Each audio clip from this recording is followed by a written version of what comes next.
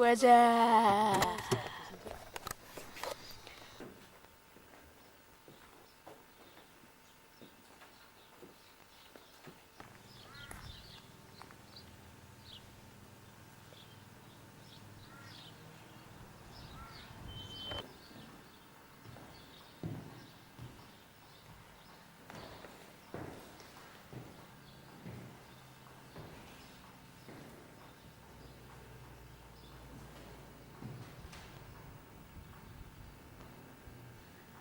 Things are all over. all over the world.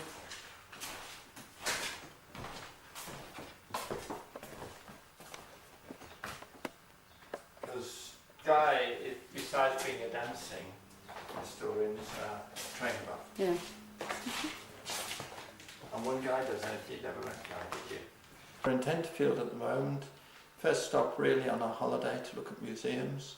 So far, Andrew is still intent on looking at the museum, but it's the Railway Museum at the borders of New South Wales, change of points a bit further north, and it's got a lot of things about railway engines and the like, including the most strange one that I've ever seen, the back of you.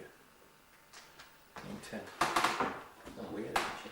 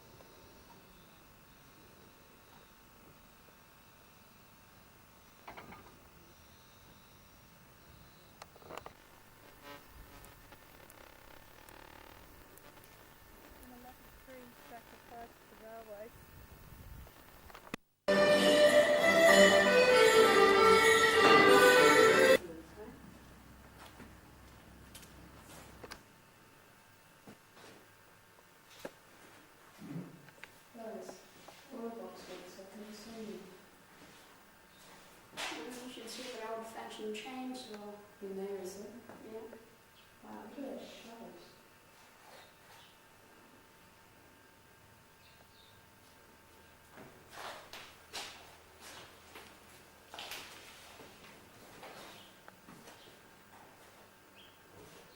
Goodness me. It's a cross-cut saw actually, Ken. The whole bone as well. Yeah. Cross-cut saw.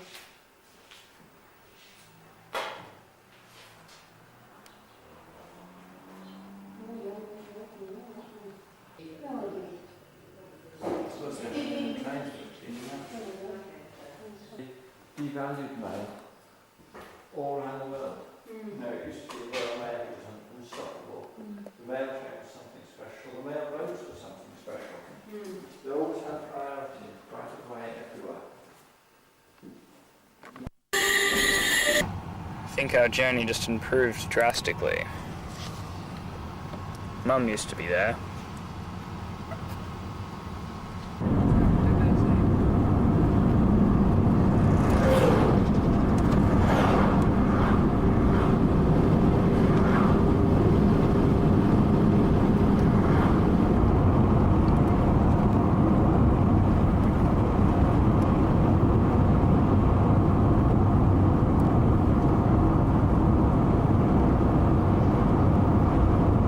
You'll never believe this. More trees and they're still green.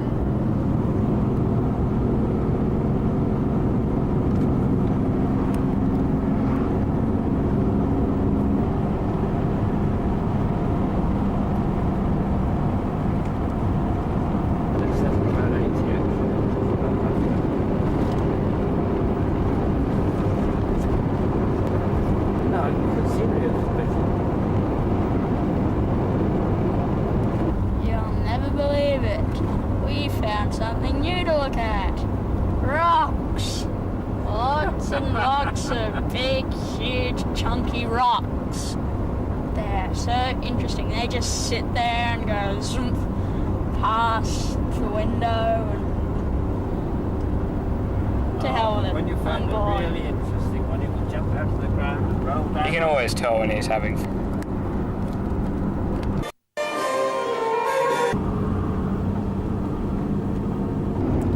That car that just passed us was probably doing about 40 k's an hour. Chris, you sure you don't have the handbrake on? This is Chris, one of his better moods.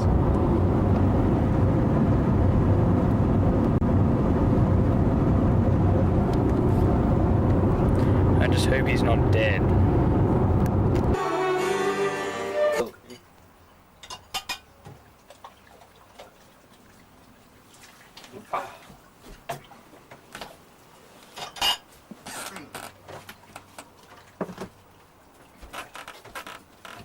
Toothbrush or toothpaste?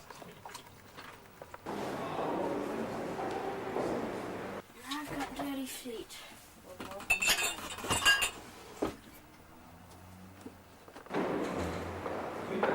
This little hutch so they don't get crunched.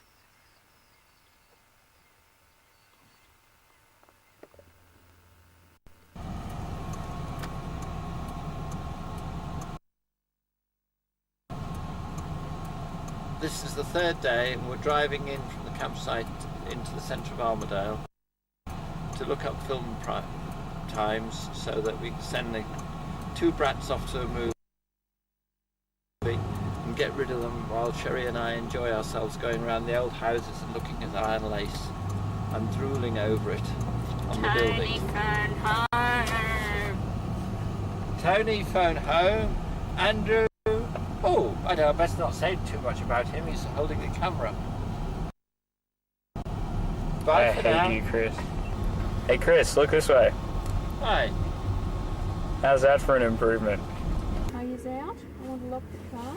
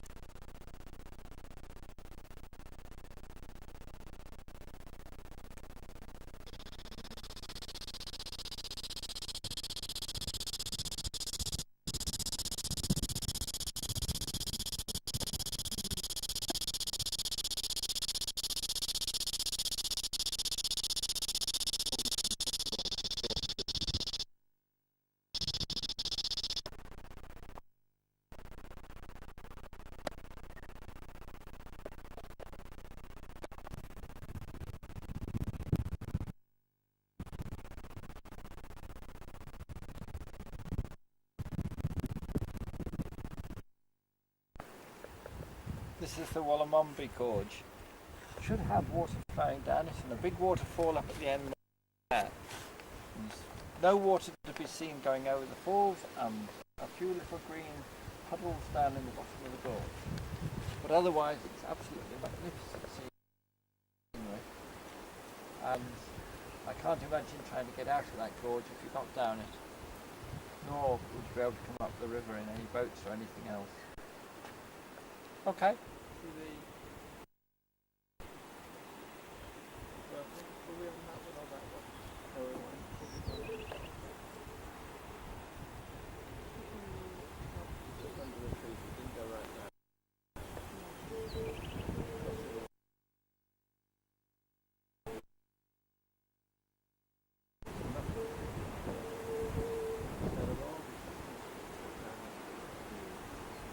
Obviously, but we'd have understand then.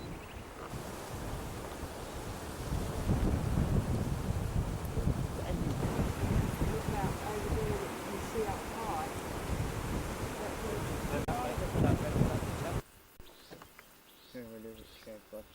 Yes, I agree, but it hasn't moved.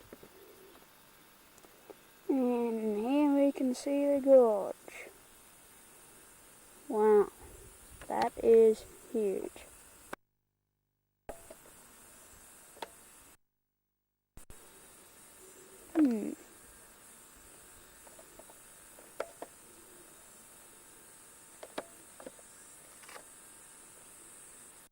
Person. Gabby. Woo. I'll get up and get them, but it's probably easier to stay sitting. Have you used up all this spoil? What? You have to correct. Start with.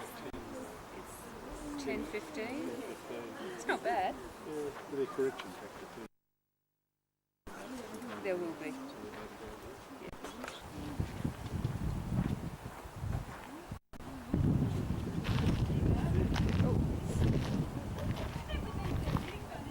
It's okay.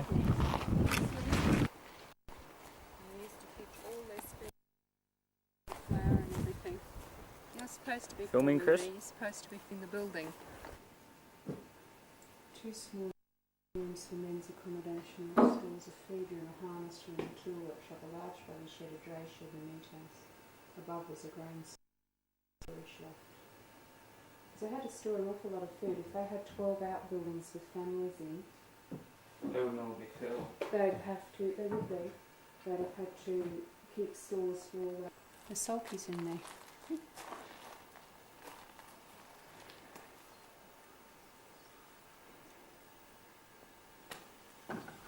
Camera shy mode. The Thomas House at Saumarez. The original or second homestead, second owners. This is the outbuildings or farmyard.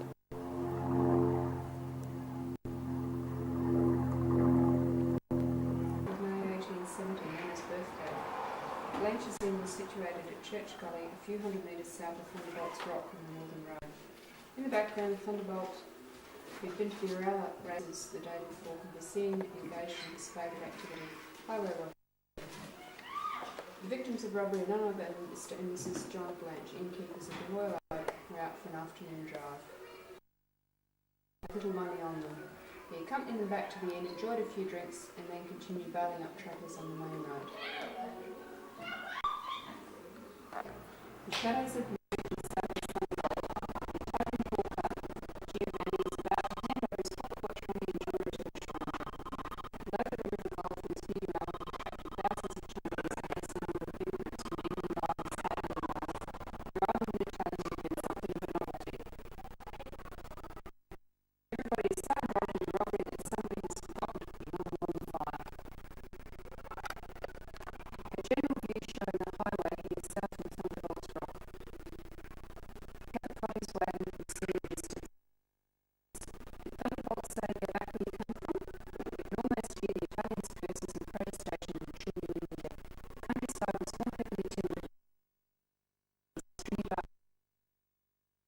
There are now two significant developments. Capicotti has met Mr. Derrington, a local settler, on the road in Borrowdale.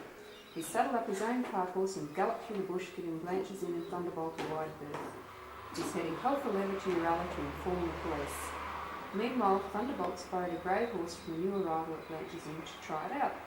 A young man, James Coghlan, was returning home from Singapore on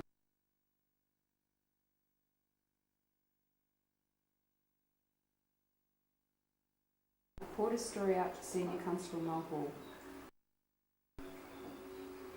Mulhall set out for Blanche's Inn. Constable Alexander Billy Walker, who was off duty, saddled his horse, got his revolver and ammunition and followed.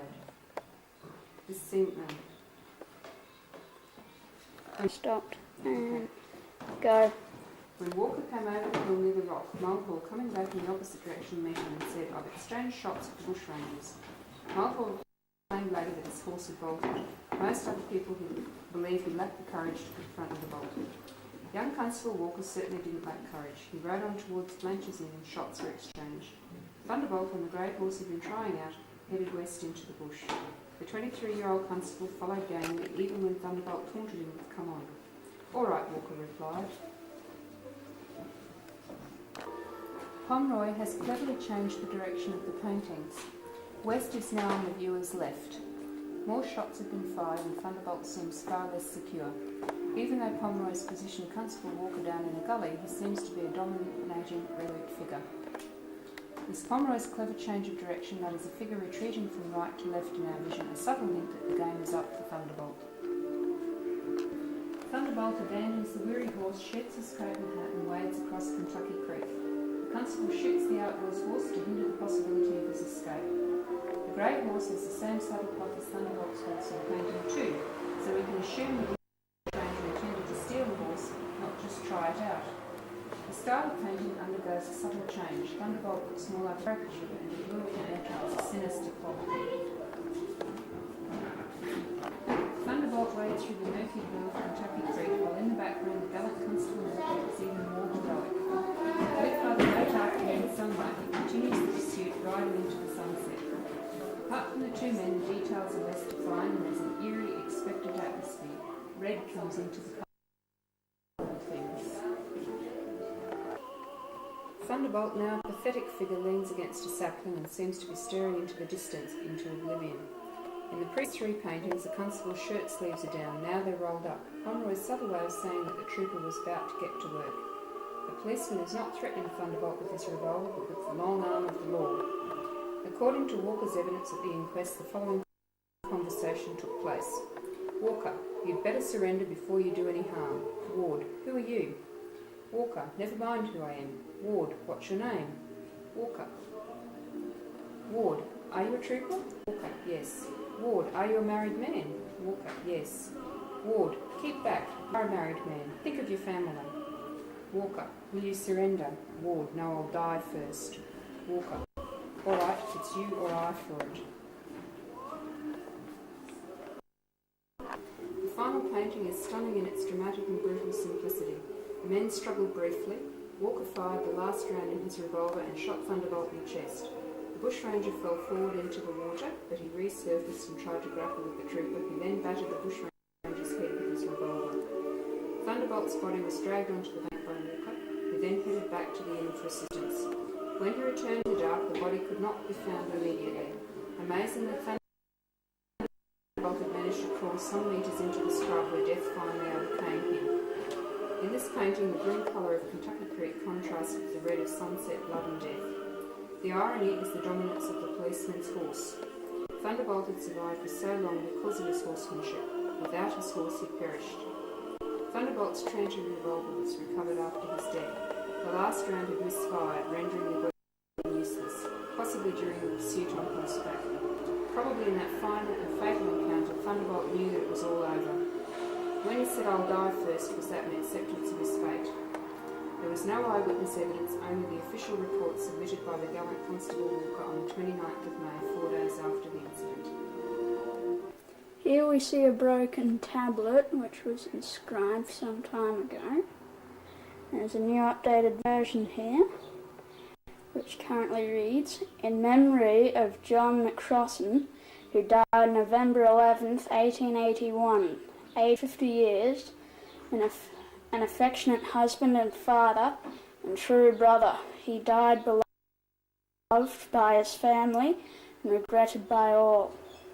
Continuing, a sincere and faithful friend, ever ready to extend a helping hand to the deserving, he gained the respect and esteem of the community. Residing in the district 40 years, a pioneer in the settlement of Aralla, and for many years the lead merchant therein. In 1858, in conjunction with Captain John Mackay and party, he explored a large portion of northern Queensland and discovered Port Mackay, erected AD 1882.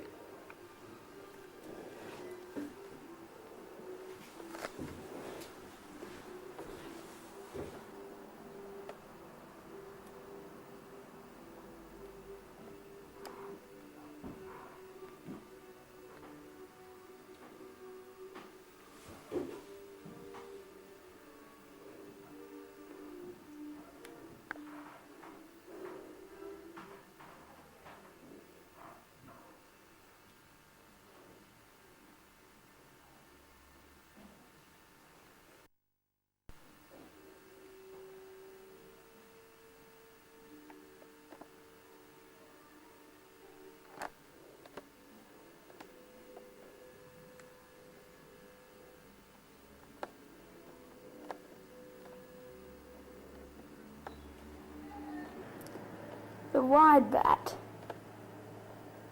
This amazingly wide bat was built so that the Lions Club social cricketers could not possibly be bowled, LBW, caught or stumped. Its designer was run out first ball whilst gloating over his genius. Loaned by Bruce Wayne. Murphy's bat. Irish cricketers called hurling because of the awesome and constant abuse hurled by players, spectators, umpires, commentators, police, first aid officers and passers-by. Joel Garner, the West Indian fast bowler, was probably the tallest man ever to play Test cricket. Note the altimetry of the splice. The telephone enabled the batsman to find out about ground conditions without having to bend down to look. The length of the bat makes it impossible for the batsman to be run out. However, it is possible to be shot down. Note the bullet holes near the brand.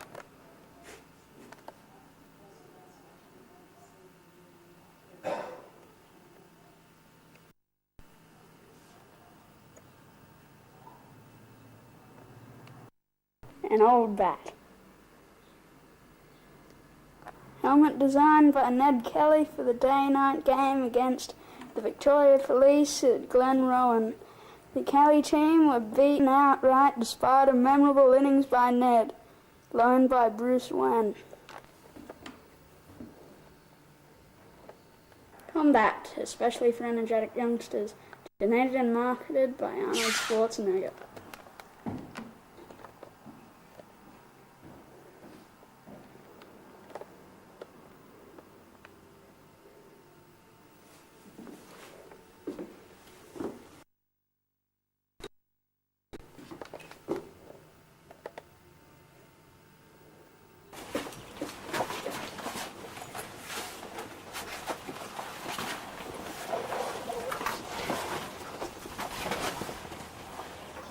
Zip up the window before you get up, Andrew. Yeah.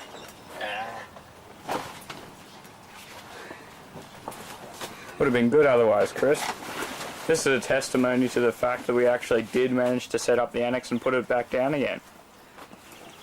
Ah, we'll have another shot at it.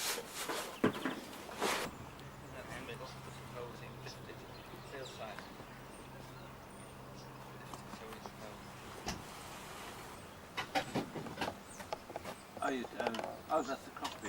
Yeah. Can you undo it from the other end? You pull it from the other end. Okay, I'll do it. You just pull it out. Don't twist, straight pull. It's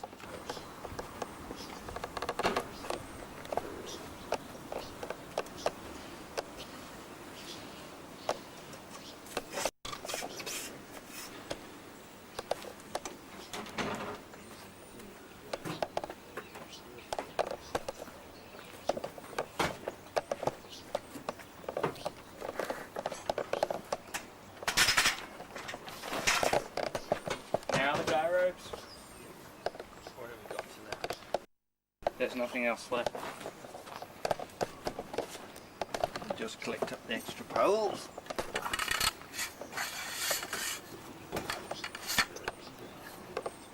Sail up into that.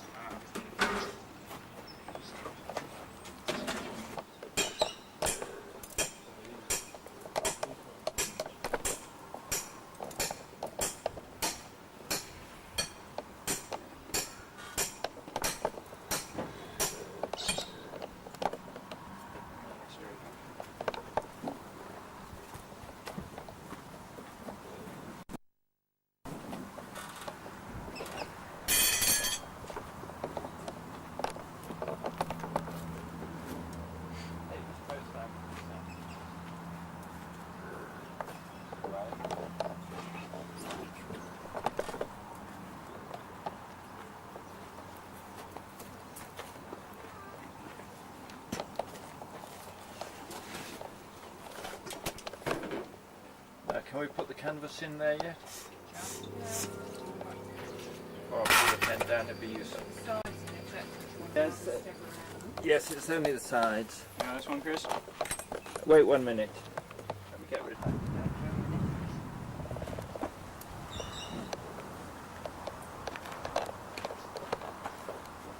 Okay.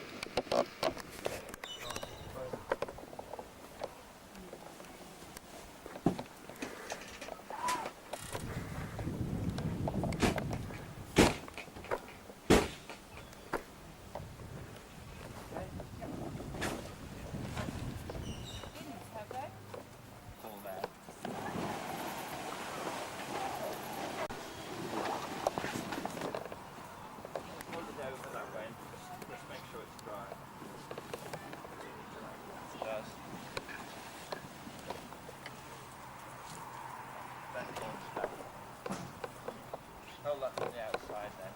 So pick it up, no, pick it up in the middle and put that on the outside. Pick it up in the middle on that end.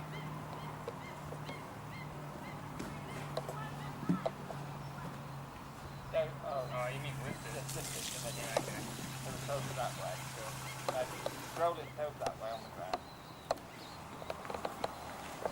I'm aiming to keep this corner on the outside the whole time.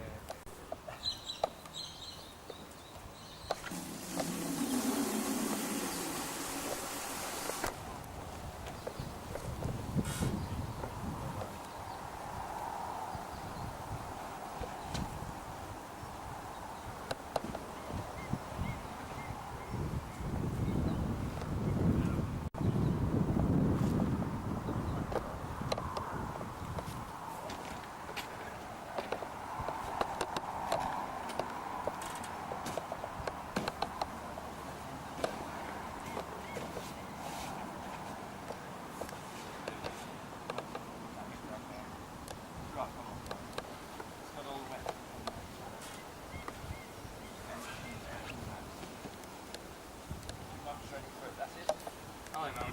Have a canvas.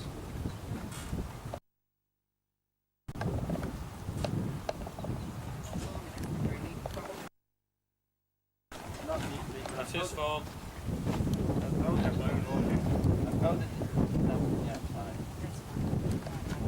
The dump area. You're not going in, are you?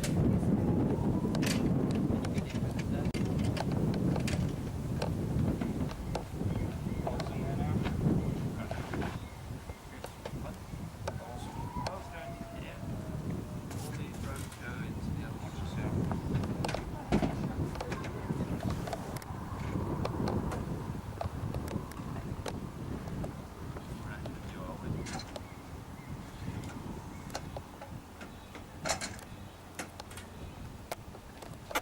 Camera in there now? All these roads are better in there.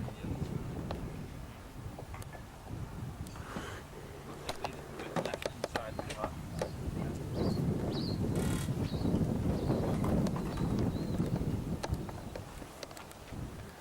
Windows closed. Could you close this window? Oh, son of a bitch. Yep.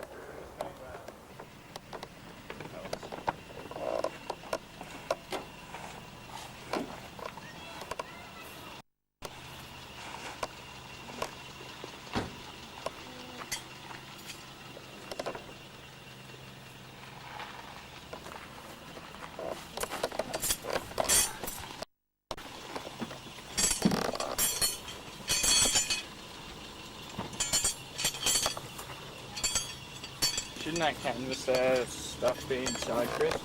Which bit? Well, I'll put the rope. Oh, yeah, put those ropes and that comes to be better inside.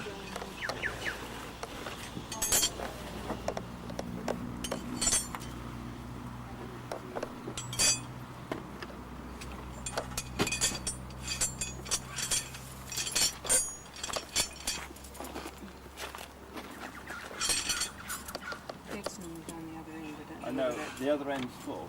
Oh, they put all the ropes in there, that's why. That's why I didn't want to. Keep the system next time, Andrew. We'll reverse the system next time. Yeah, why? Put these people in the other end. What about the ropes? Put them in this end. Okay. I would have thought the ropes would be better at the other. We'll pack better next time. We'll do why. Just remember you're in charge, so whatever happens, it's all your fault. Yep.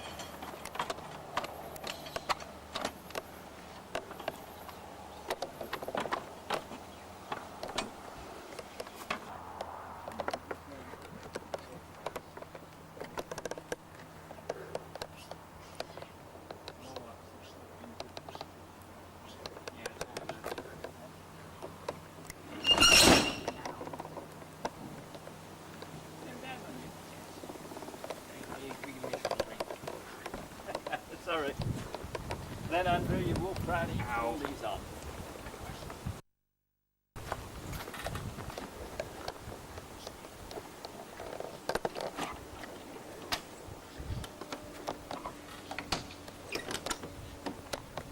Come on. Go round the other side.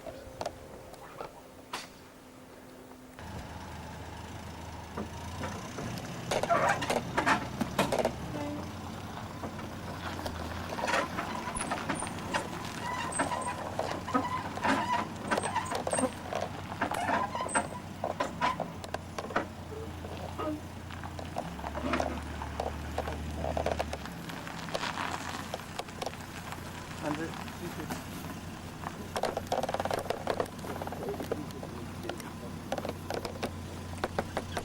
Wait, the back ones.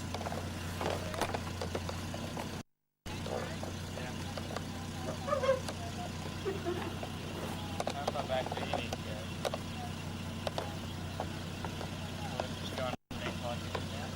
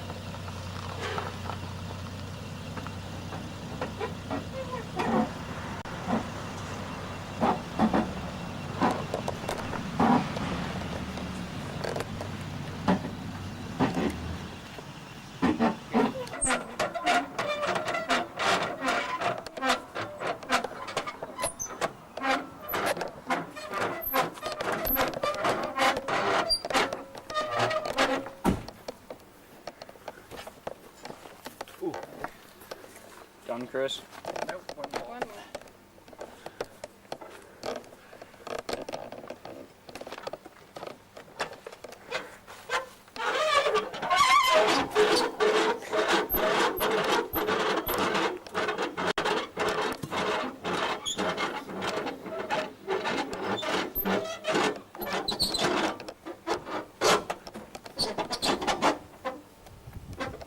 Sit. That goes into the pipe at that end of the poles.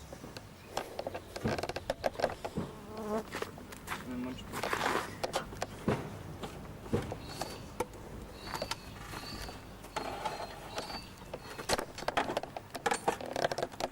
only problem being, Chris, there's 10 pegs in there.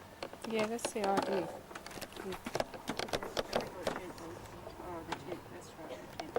Put it in the floor of the car. We've got the 10 pegs We got should be 10 in pegs this in side. there. Oh, you can. Oh, wait, there's 10 pegs in there. Yes, darling. Stupid man.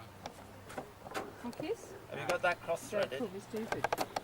Is that cross threaded? I think it is.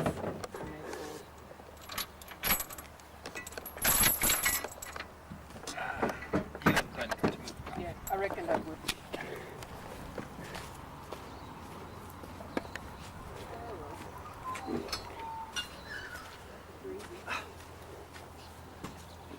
A foot will do. Yep, we need to.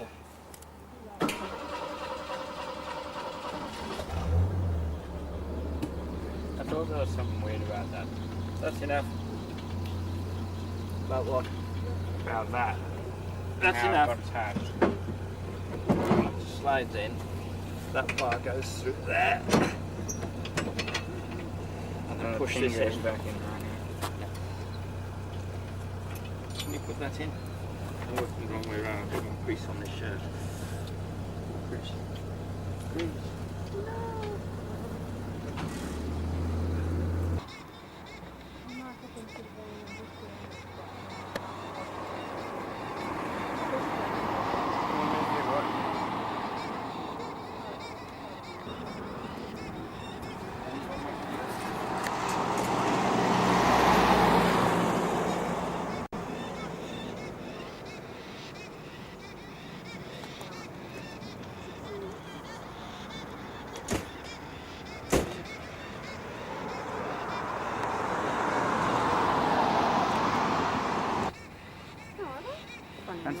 Yeah, there's one feeding. It's a baby. Oh, up in the tree. Oh, lovely. What's that? Maybe the lar in a nest thing. Not a nest. Oh, it's in the branch thing. Could be its father, you don't know. Pedant. Yeah, shut up here. And there's another one lower down. Another couple of, yeah. That stuff, they're not moving. Oh, they're moving. They're just... Did you film them, Tony, or just Yes, I'm filming. just what I found?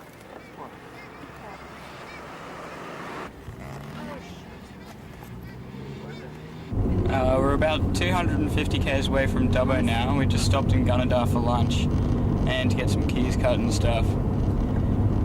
We're intending on staying the night in Dubbo and going and seeing the zoo and stuff tomorrow, maybe. And we just started making some really good progress once Chris took the handbrake off. So we'll see you in a few hours.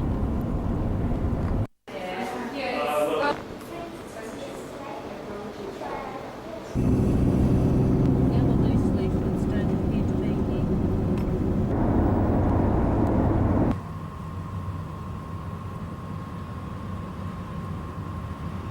Andrew, stop screwing around with the camera.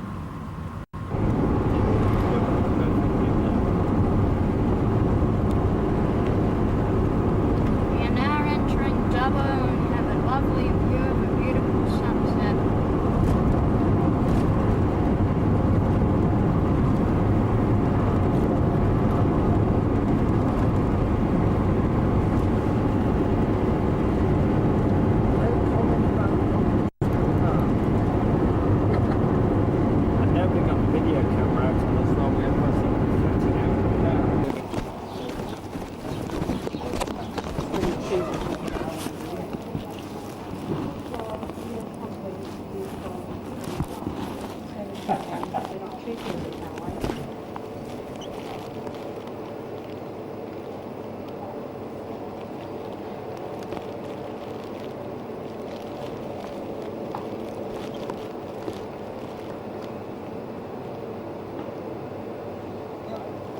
I think we want to come. I've seen Oh, of course.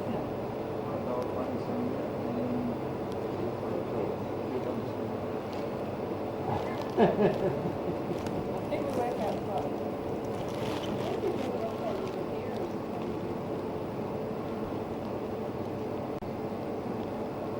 Right.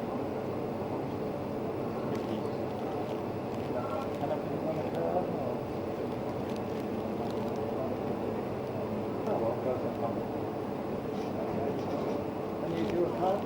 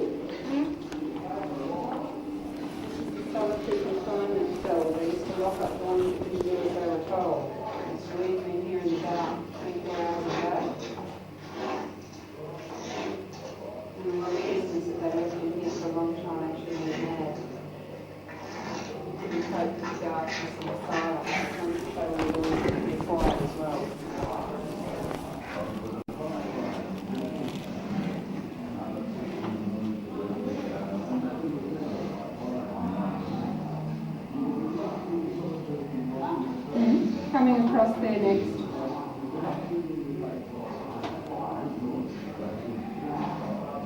So for the £10 licensing fee, was able to take up land beyond these limits of settlement. And that is in fact indeed what he did. And he took up land, he took over the lease, bought the leasehold of this property called Dundunnamal, which is an Aboriginal word meaning hailstorm. And he bought this property from two brothers called Charles and Dale Mahoi Campbell. And it was the centre of a very large sheep run, and in fact it was an area of 26 square miles, and Dundunnamal was the central part of this station. So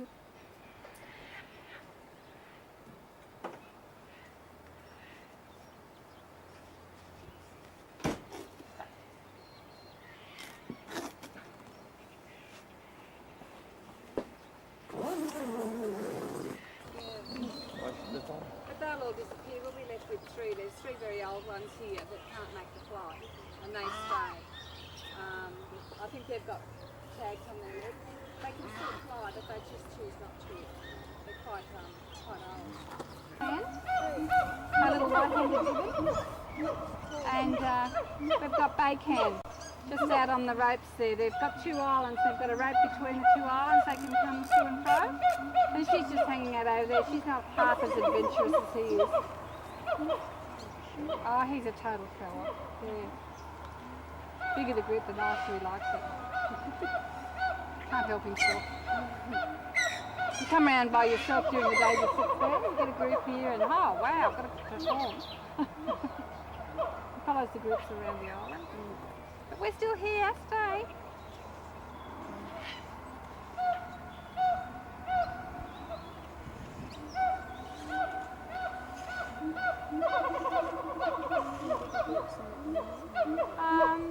Yeah, it's just the only more like bigger groups in Australia, so it's just an obligation.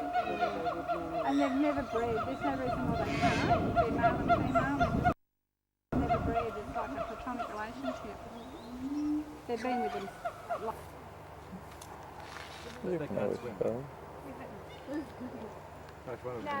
We lost the baby in the water. That's why there's a net between the two islands. The baby couldn't reach the top ropes and the bottom ropes together and fell in. We sadly lost one, but we had this other one. So this is her third baby. Very agile.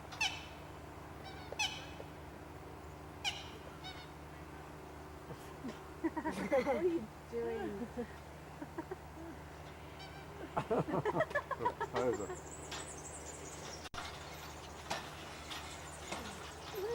Go, Patiri!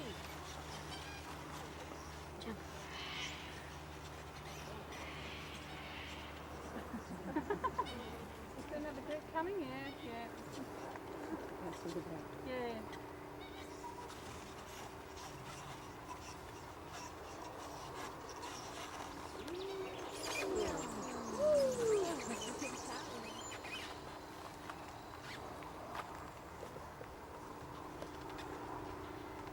Come round over, get them down again.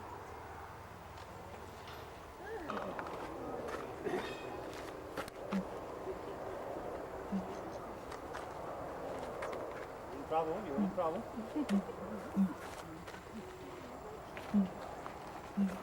Come on!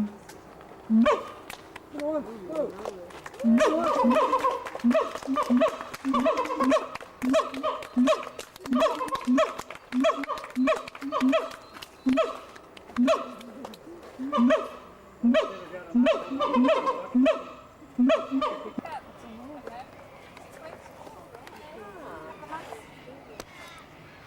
Then they stay in the burrow for about 6 weeks afterwards though.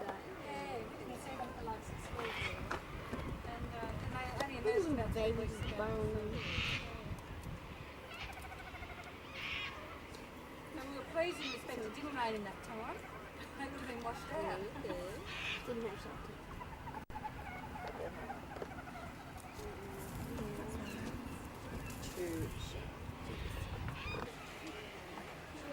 Got nothing for you. Oh, over there, coming out. Oh no, look at you, Sonia.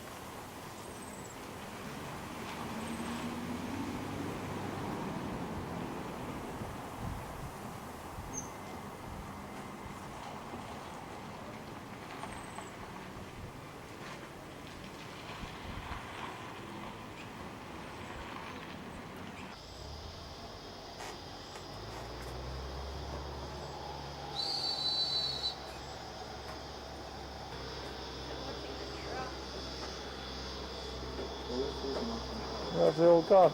They've all gone laid down under the tree. So there's two zebras on your left here, Chris.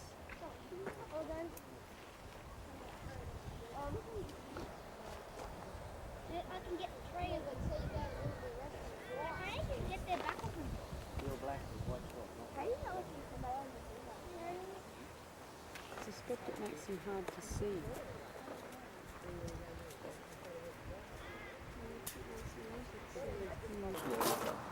Yeah, well, I didn't have much of a choice. You did. You can walk up and round back. Where? Oh. Ah, That doesn't matter, he's taking heaps. He's edited it out, stupid Chris. Yeah.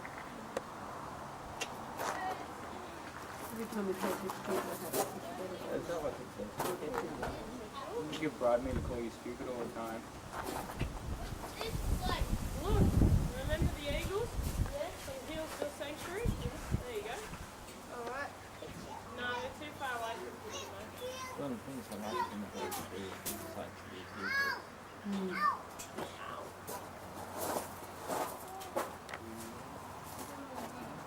Kangaroos next.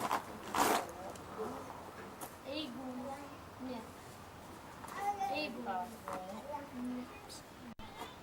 Shield. That one's a shield. It's like a fox and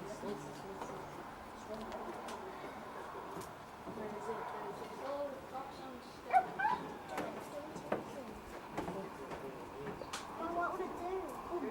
It's South America. It's a vicious thing.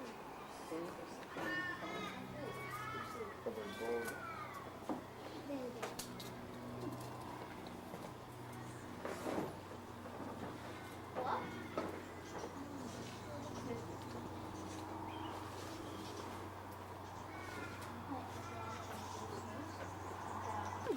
What? Here you go. Here, Chus.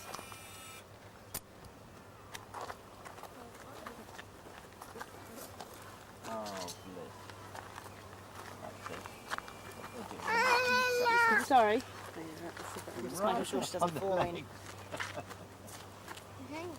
Oh, sorry.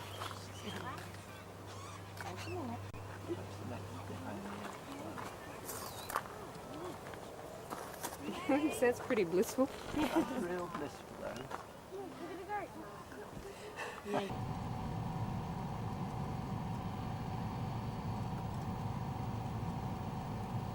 It's a mining bucket. Wow. Heat haze makes it hard.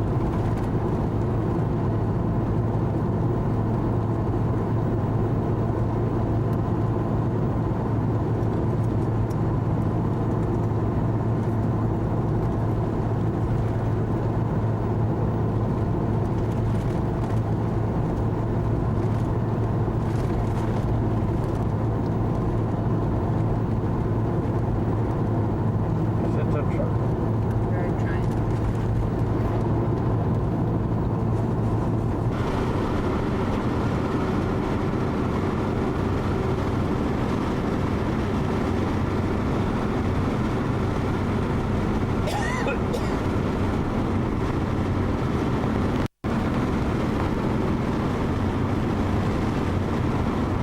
Shot. Can't. I don't know. Glasses are not good viewfinders. Standing on the top of the tree. It has just landed now, hasn't it? Yes. Is that him flying again? No, it's a magpie or whatever they are, crows or whatever they are. All disturbed. Yeah, it's on top of the tree over. Still on the tree, isn't it? Yes. When the others had took off. They're mobbing him. Yeah, they're trying to secure him away from something. Yes.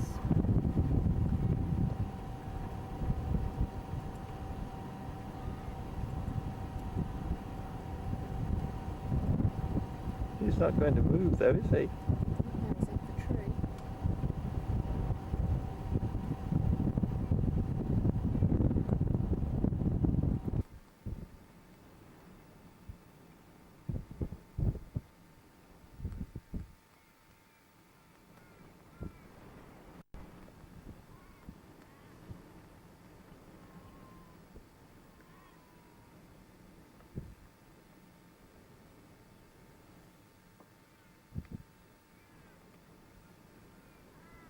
No. It's seen a nest or something. They don't usually go for eggs though, I don't know why. Maybe there's a young bird on the ground. Bird down here on the ground having a bit of a flutter about it.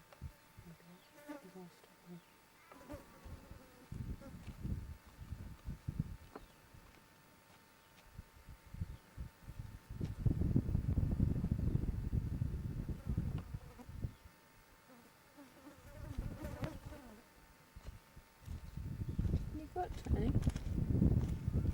Leg up. Come here, shut up, Billy, you're too late. Let the dog in go through the bank door. Here, come here. Come here. See, that's her through for the day when you come, she barks at you. At the jackhammer, and when you go, she barks. So get in there, mate. How do you? Yeah, I'll show you. Pull that lever in. This one? Yeah, pull it. Now he knows what he's doing. Now he knows what he's doing. Doesn't he? Yeah, now he knows.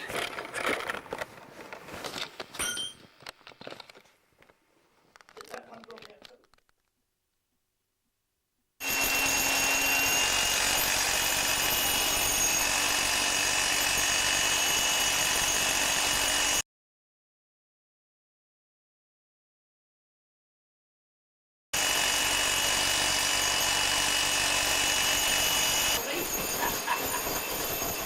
Doesn't she, Lily, eh? Yeah.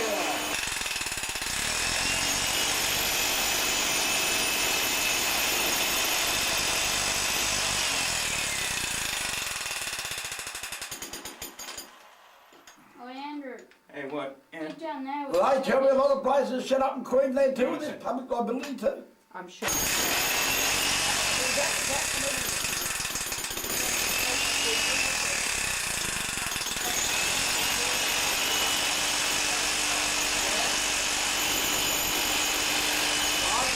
Where is it? So at least I know what their mother and father are talking about me.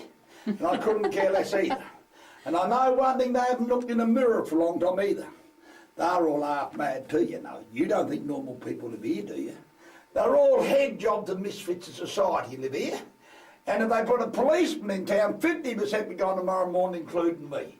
They'll be all gone with the wind. I take Lily the dog with me. I wouldn't leave her home for the vultures. No way would we, Lily? That's the most valuable thing I've seen here. Yes. In Wycliffe, I reckon. Particularly if you took it to the London market. Mm. You're moving it too quickly, Andrew. It'll make you feel seasick. I know about that.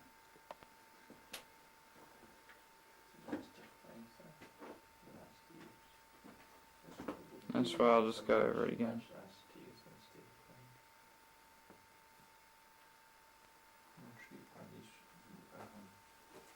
I'd like to go digging Grinding again box. personally.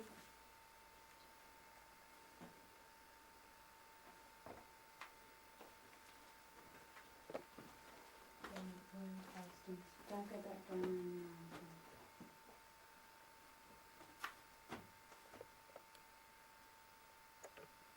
Yes, it goes through cutting a level here. Mm. Through there.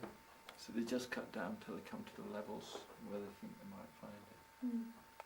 Well, I bet you for the odd one that succeeds, there's probably 1,000 burned.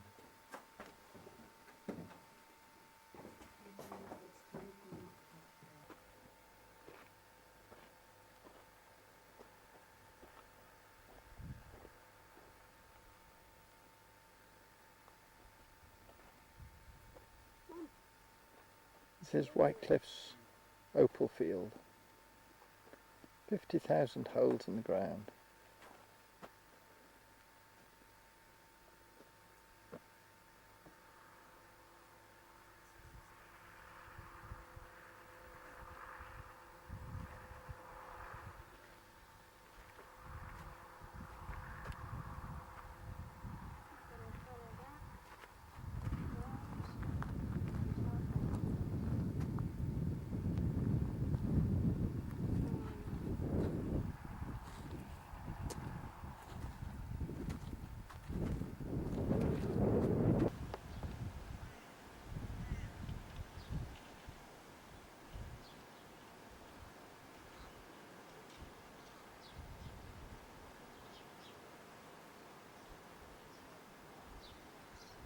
This is the post office in Whitecliffs.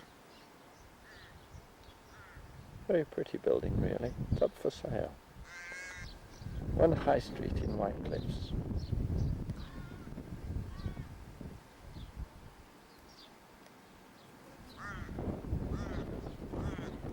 Finishing with the post office, which is quite a pretty village.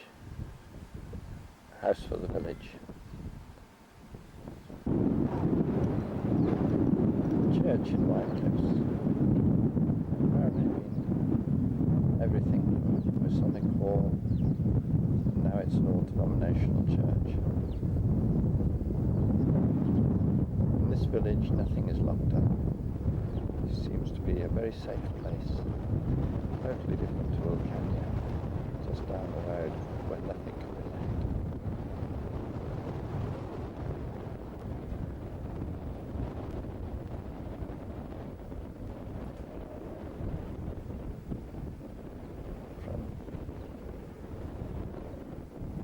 The vacuum tip for soil from the miners there.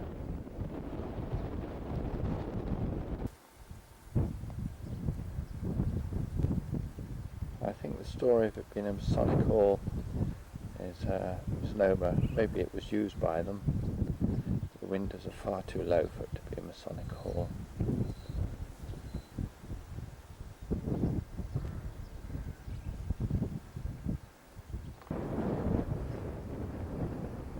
This is the Opal Field in Whitecliffs. From down below, where everybody migrates during the day to do the work. They live in the village. Half of them live up on the workings anyway.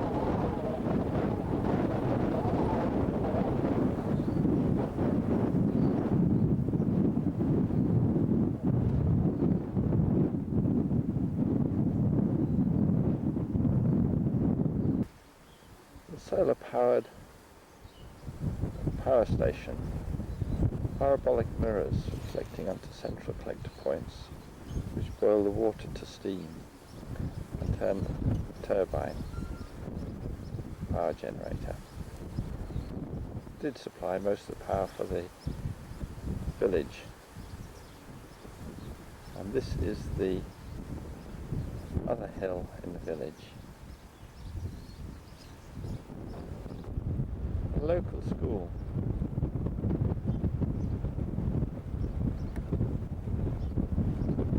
With a portable classroom, so it seems to be growing in size to some extent.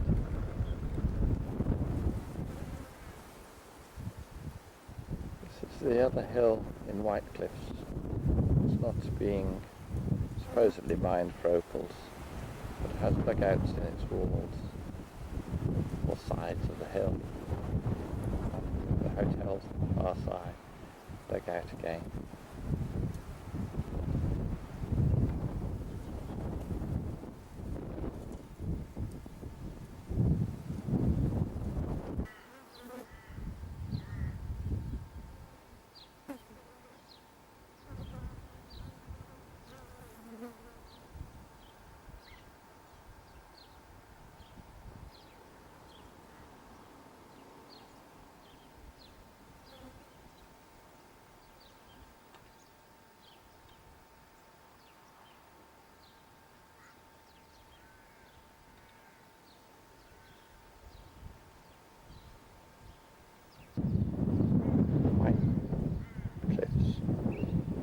The other village street.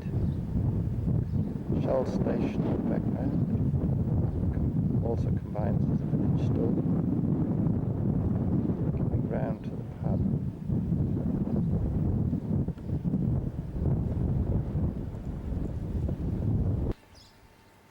The building soon to be taken over by National Parks at the street corner in Whitecliff.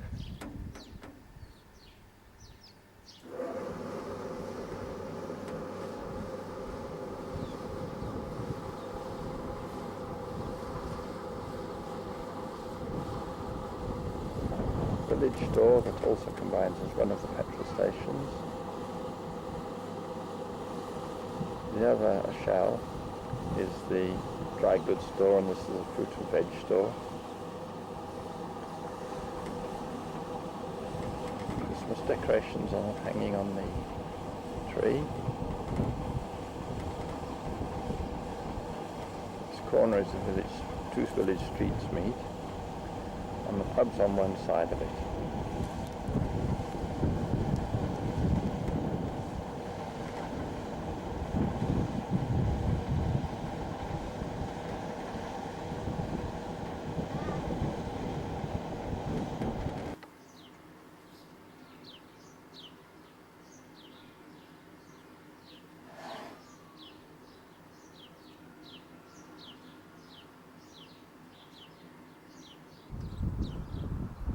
If they're not living up in the dugouts on the hill, and they're not working the shops or the hospital or the motel or the pub, this is where they live.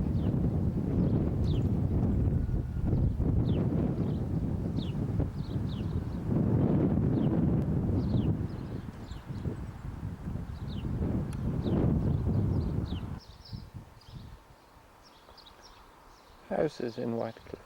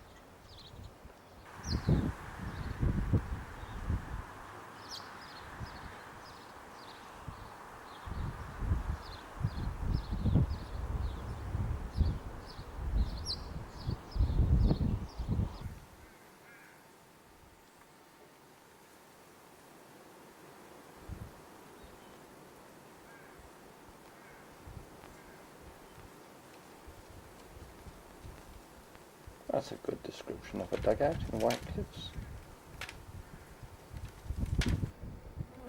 Memorial Pavilion in White Cliffs. Each of the three bays has little plaques commemorating people and sometimes organisations that have existed in White Cliff during its history. The commemoration of the Federation of Australia. The park just commemorates the history of White Cliffs, little plaques and notes about the various opal buyers, and a central pavilion with commemoration to most of the individuals.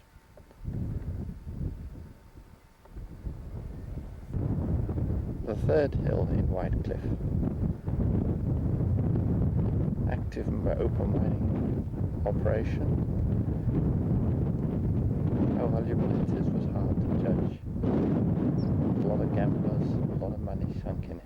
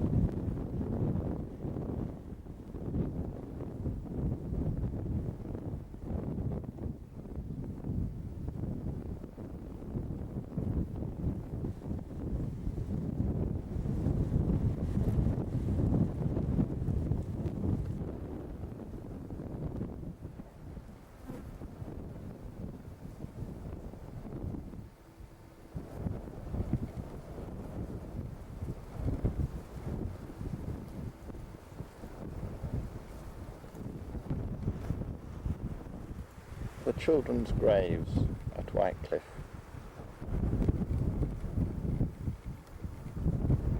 These are the graves of the children of the early settlers.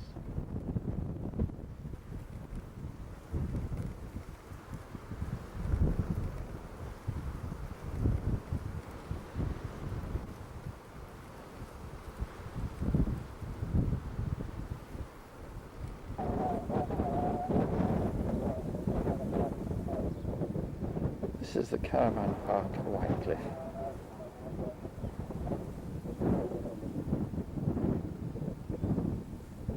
It's beyond the amenities, the village swimming pool and children's playground.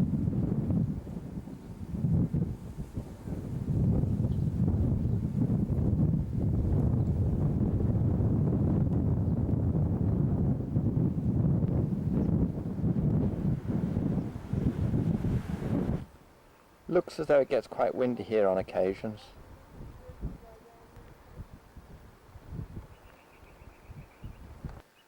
And the hoist needs chaining to the ground as well.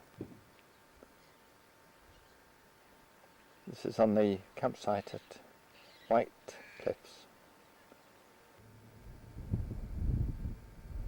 The red earth on the approaches to White Springs. The red earth on the approaches to Whitecliff.